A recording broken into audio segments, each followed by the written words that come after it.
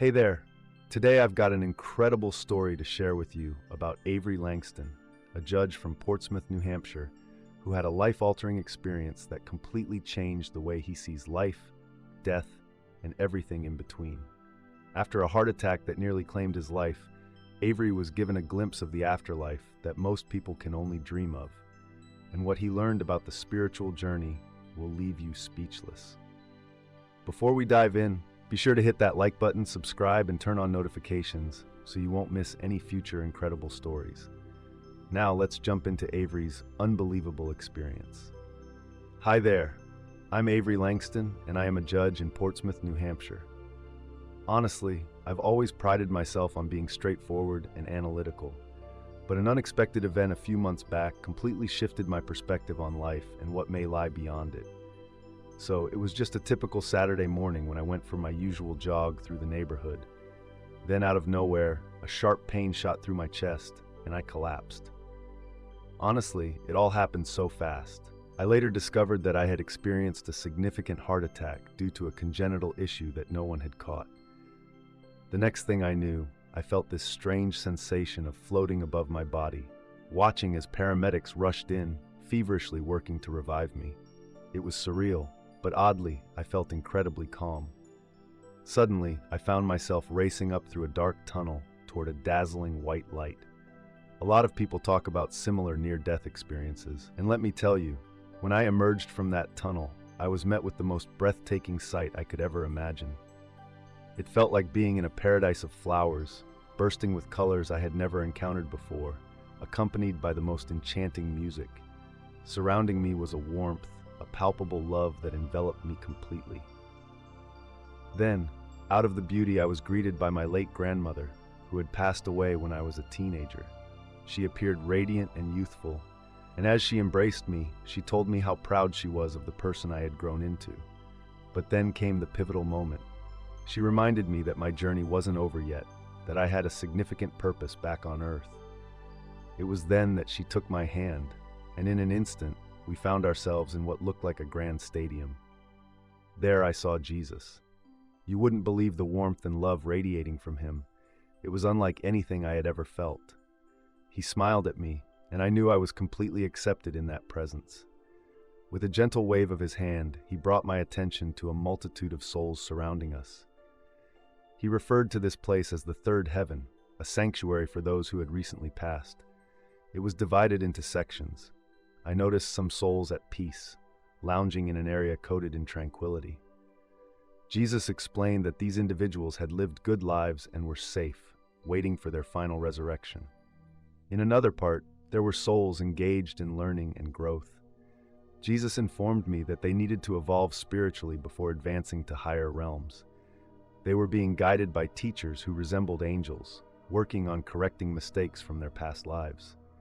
It was a profound scene, one that left a lasting impression on me. In a time long ago, there was this dark space that seemed filled with weary, sorrowful spirits. Jesus, in a tone heavy with sadness, explained that these souls had turned away from love and kindness during their time on earth. They weren't in pain, but they existed apart from the warmth of God's love and light. He then shared with me that this so-called third heaven was merely a temporary stop, a kind of layover between our earthly existence and the endless realms that follow. When someone passes away, their soul lands here first to reflect, learn, and prepare for what's next. The good souls find themselves at peace, savoring joy as a prelude to heaven. But there's also room for growth. Those who have lost their way can learn to seek the light and be saved. As I wandered through this space, I came across my childhood best friend. She had fought cancer during our college years, and there she was, in a place meant for learning. Her face radiated happiness and serenity as she worked on forgiving herself and releasing the burdens of her past. Then I spotted a distant cousin who had struggled with addiction. He found himself in a darker corner, yet I watched as angels gently reached out to him. He shared a powerful message. Every individual holds a glimmer of hope, no matter how lost they may feel. I was entrusted with a task to relay his words back to earth. He insisted that too many are caught up in fears about death or the notion that nothing awaits us afterwards. He urged me to tell everyone that life is filled with so much more than we perceive, and that death is merely a gateway to further growth. He emphasized how crucial our earthly actions are. Every kind deed, every choice to love rather than hate, and every act of forgiveness shapes our eternity. Jesus reminded me of the important mission still waiting for me back on earth.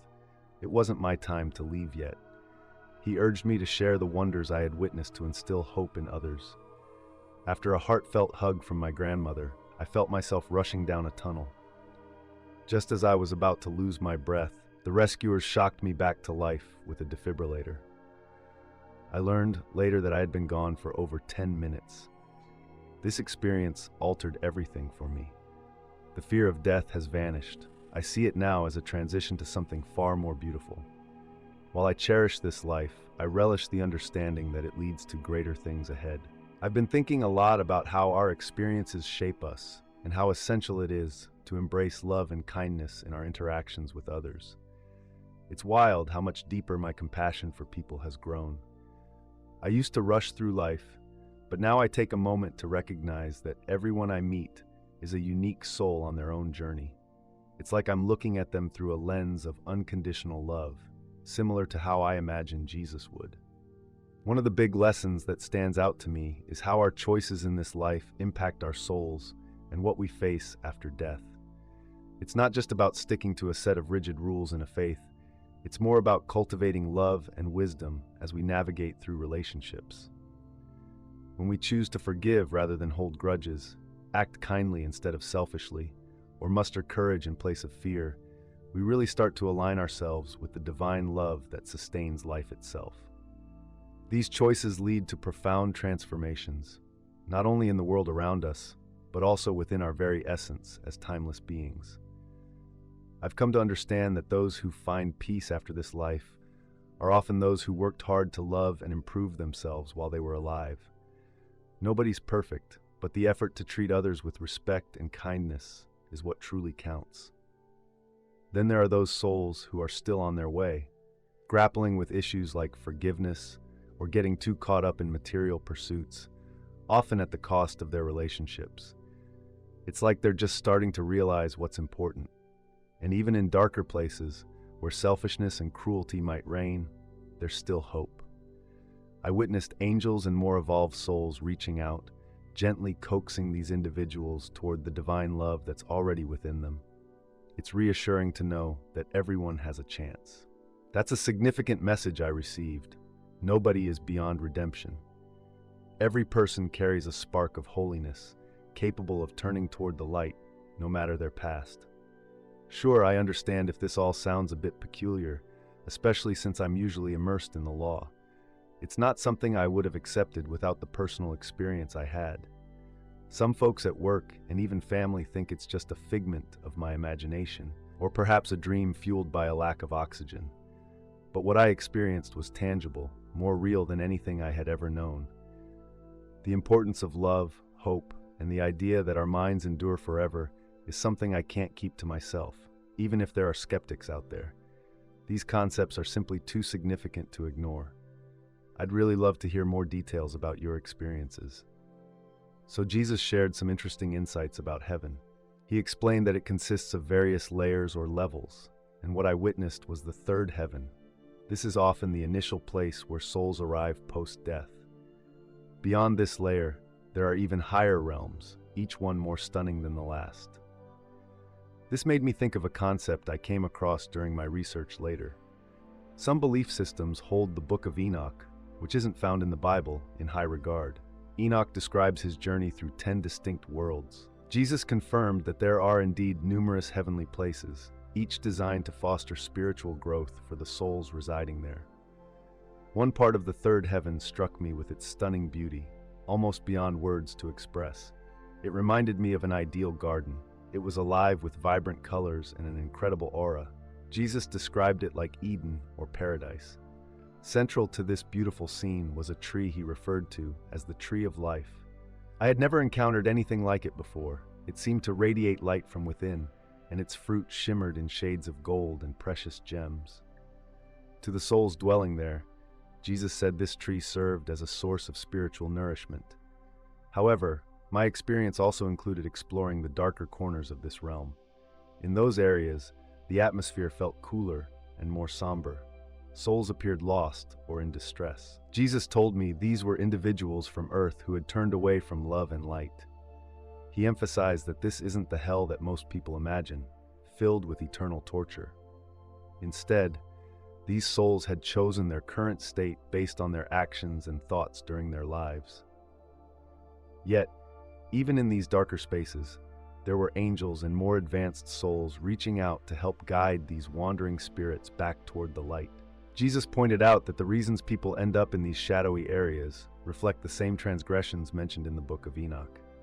He discussed issues like dishonoring God, deceitfulness, sorcery, exploiting the vulnerable, and other forms of wrongdoing. Jesus was clear that revealing what happens as a result of these behaviors isn't intended as punishment. It's quite different from the typical beliefs many of us hold about judgment. I learned that it isn't God's way of punishing us for our wrongs. Rather, it's an opportunity for greater self-awareness. After we pass on, there's a moment where we review our lives. Imagine a moment in our lives where we can truly see and understand the impact of our actions, not just on ourselves, but on everyone around us. For just a brief instant, everything falls into place, and we can grasp how our choices really shape our experiences. This can be a comforting and beautiful realization for those who led lives filled with love and kindness. However, for those who have caused harm, facing these truths can be quite challenging. Still, the ultimate aim remains healing and personal growth, not punishment for its own sake. The vision of the third heaven, which I was shown, exists in a kind of in-between state. It's what Enoch referred to as a balance between being corruptible and incorruptible. Here, souls shed the flawed aspects of their earthly selves and move toward a purer, more spiritual state. This transformative journey doesn't happen instantly. It takes time and learning. I recall several details from the Book of Enoch that resonated during my experience. There were these magnificent blossoming trees, which filled the air with their wonderful scent. Jesus brought my attention to two remarkable streams, one flowing with milk and honey, while the other ran with oil and wine. These weren't just ordinary substances, they symbolized spiritual nourishment and healing for the souls present. Then, I witnessed the river of fire that Enoch mentioned. Jesus explained that this wasn't intended as a punishment, rather it served as a cleansing agent. Souls willingly immerse themselves in it to rid themselves of negative energies and purify their essence. I also ventured to the spot where Enoch described the Lord resting upon ascending to paradise. It was breathtaking and imbued with a divine energy that is hard to put into words. It was everything Enoch had depicted, filled with unfathomable goodness and fragrance. Of course, I also saw the deep darkness and shadowy gloom representing the fate of evil souls. But Jesus assured me that these states are only temporary, not eternal punishments. The third heaven, in my vision, was a transitional space. When I inquired about the final judgment, Jesus clarified that there would indeed come a time when all souls are resurrected and face judgment for eternity. However, it's not like the intimidating courtroom scenes we usually envision. Instead, it's a moment of profound clarity where each individual understands the consequences of their actions and choices. At that pivotal moment, every soul encounters the fullness of divine love. They have a choice to embrace that love and ascend to even greater joys. In our journey through life, we often face a choice between embracing growth or remaining stagnant. It's interesting how justice, heaven, and even hell are perceived differently. The truth, he emphasized, is that God doesn't condemn anyone to hell. We all have the option to withdraw from love and light, yet there is always room for redemption. The path back may be steep and challenging, especially the farther we stray, but we can choose our direction. God's love is unwavering. It encourages our happiness and personal growth without ever forcing our hand. Curiously, he refrained from revealing those higher realms to me, citing that they would be too overwhelming for my current understanding. However, he painted a vivid picture of beautiful places filled with love and artistry, beyond what words can capture. Those who are aligned with divine love continue to evolve, embracing bigger roles in the world. Some become protectors and leaders. Perhaps we might call them angels, while others are involved in the creation of new worlds and life forms. He shared that the ultimate aspiration is for every soul to fully grasp its divine essence and contribute to the manifestation of love in the world. Throughout history, he has made appearances to different people, always aiming to awaken them to the truth of divine love. There was a palpable mix of sadness and compassion in his tone as he lamented how individuals often misinterpret the teachings, becoming fixated on their own religious doctrines rather than the love those beliefs are intended to convey. He warned that malignant spiritual forces, often labeled as demons, manipulate religious teachings to incite division and hatred. Nevertheless, he assured me that light will ultimately triumph over darkness and that love will redeem even those who stray. His core message revolved around love for God and for all beings. He pointed out that many of his followers have become entangled in political power struggles, neglecting the simple yet profound call to love and forgive. Interestingly, he noted that he expresses himself uniquely in various cultures, and the names or forms he takes don't matter much. What's important is the readiness of people to accept divine love. He expressed admiration for skeptics and those who identify as atheists, revealing that many of them are responding in their way to this concept. Avery Langston shared some profound insights about religion and the connections we have with each other. It's clear she has a respect for those who are kind and honest, regardless of their beliefs. One thing she emphasized is that often those who wield their faith as a weapon may be further from understanding than someone who simply doesn't believe. She believes that universally, what we all need is to spread love. When you encounter someone, treat them as if they are the center of your universe, because in the grander scheme of things, they really are. Now, let's shift gears for a moment. Avery spoke candidly about her feelings surrounding death. Following her experiences, she shared that the fear of what happens after we leave this world has faded.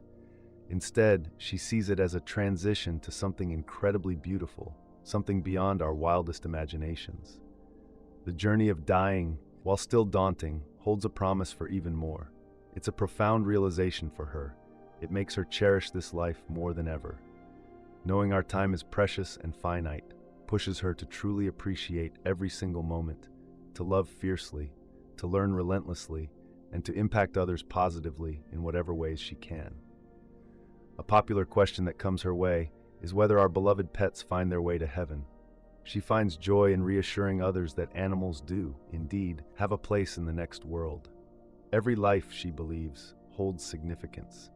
While their souls may not evolve like human souls, they experience love and happiness beyond the physical realm.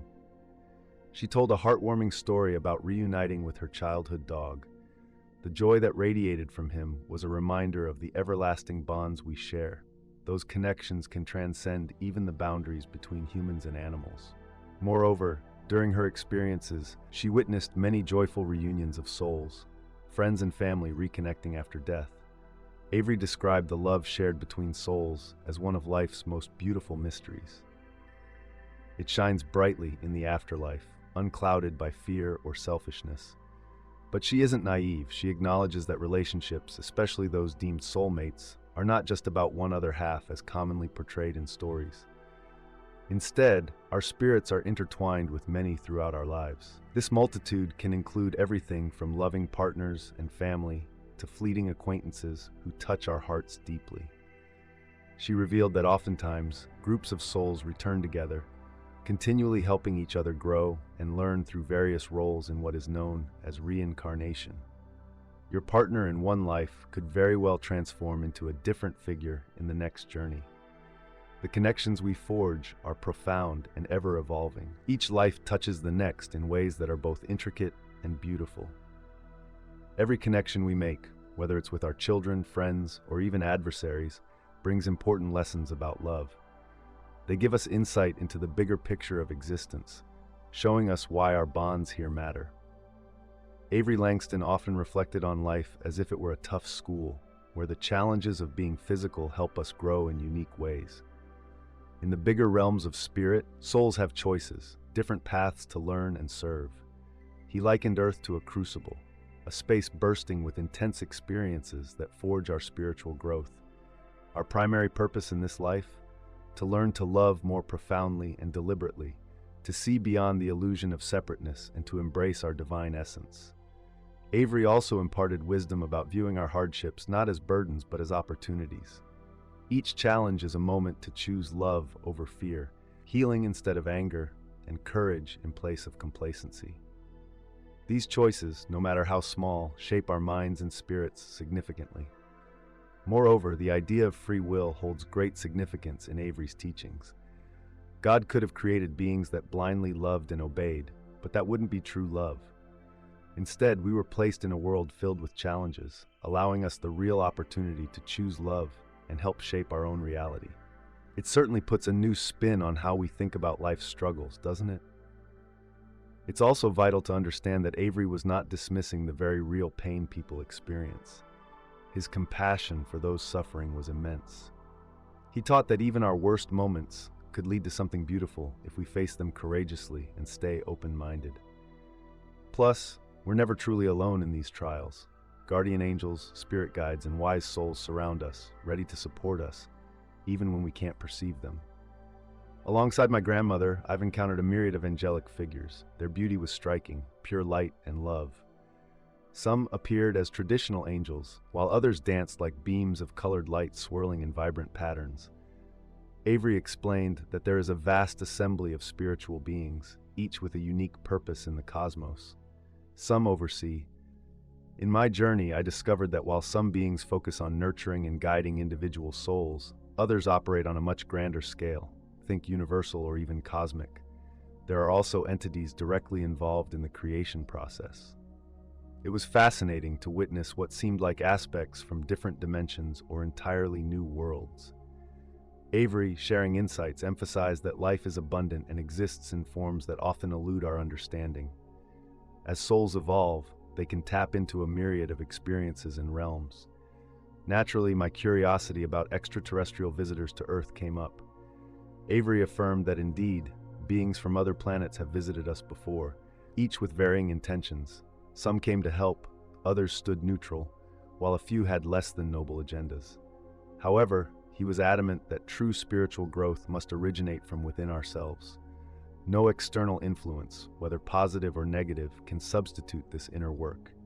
As advancements in faith and technology progress, communication among cultures will become more seamless. But he warned, we won't reach that point until we have cultivated enough spiritual maturity to handle those interactions wisely. Avery made an intriguing point. The future isn't predetermined. He guided me through several potential pathways, illustrating how our collective decisions shape the trajectory of humanity. We are standing at a pivotal moment, he explained. We can either forge a harmonious future, where people coexist peacefully, or we can continue down a destructive path that leads to ruin. The power of this choice rests within us. Moreover, he mentioned that eventually, our planet and its inhabitants will undergo a profound spiritual awakening. What we choose to do now will determine whether that transformation is smooth or tumultuous. His words were beautifully simple. Our fundamental task is to embrace spiritual growth and embody love in our daily lives. Every act of kindness, each instance of forgiveness, and every time we stand up for what's right, contributes positively to the evolution of humanity. He also stressed the importance of caring for our precious Earth. Through our shared moments, I came to realize that our planet is a living entity, endowed with its own spirit. Our treatment of it has significant spiritual repercussions. This revelation about how our thoughts, words, and actions impact not just our own lives, but the intricate web of existence gave my experience profound meaning. It reminded me that each of us holds responsibility for our choices and how we live out our existence. As a judge, this resonated deeply with me. My journey has certainly deepened my perspective on life. While I continue to guide others in the law and uphold justice with a focus on fairness and evidence, there's more I hope to instill in those I interact with. I want to encourage them to cultivate a sense of curiosity, urging them to look beyond what is immediately clear or defined by the law. I often remind them to question everything around them, including their own beliefs, and to embrace the complexities of life with both discernment and an open heart. I can relate to skepticism. I was once a skeptic myself before my own transformative experience. It's essential to keep an open mind, but also to dive deeper into these topics. More research on near-death experiences is emerging, and there are countless accounts of people accurately describing events that occurred while they were clinically dead. What intrigues me most, though, is how these experiences transform individuals. It's been repeatedly observed that those who go through NDEs often become more compassionate, less self-centered, and find themselves unafraid of death, no matter their previous beliefs. They frequently embark on significant life changes, striving to improve themselves and reach out to others. If these experiences were merely figments of a dying brain, how could they lead to such profound and lasting positive changes? Still, I recognize that to completely grasp this, I need to go through it myself. I understand not everyone will accept my account, but my hope is that by sharing my story, I can inspire some to consider that life might encompass more than what meets the eye. Above all, it's important to remember this: you are deeply loved. Each one of us is an eternal soul with immense value and potential. No matter your past or the struggles you face, your worth is inherent and growth is always possible. Life is a unique and precious opportunity. Embrace it, love wholeheartedly, continue learning, forgive easily, and lend a hand to others whenever you can. Facing your fears and healing your emotional wounds is key to personal growth. And keep in mind, death isn't the final chapter. Rather, it opens the door to something far more beautiful than we can ever envision. Don't let that knowledge push you away from exploring these ideas. Our experiences during this time hold great significance, and the choices we make shape our eternal journey. It's crucial to hold on to faith in the mechanics of life. Remember, you're evolving, and you're not isolated, even when life throws challenges your way. No matter the distance we may drift from our path, there is always a glimmer of hope and a chance to return to love. I appreciate the opportunity to share my story with you. My wish is that it brings your community some comfort, inspiration, and fresh perspectives.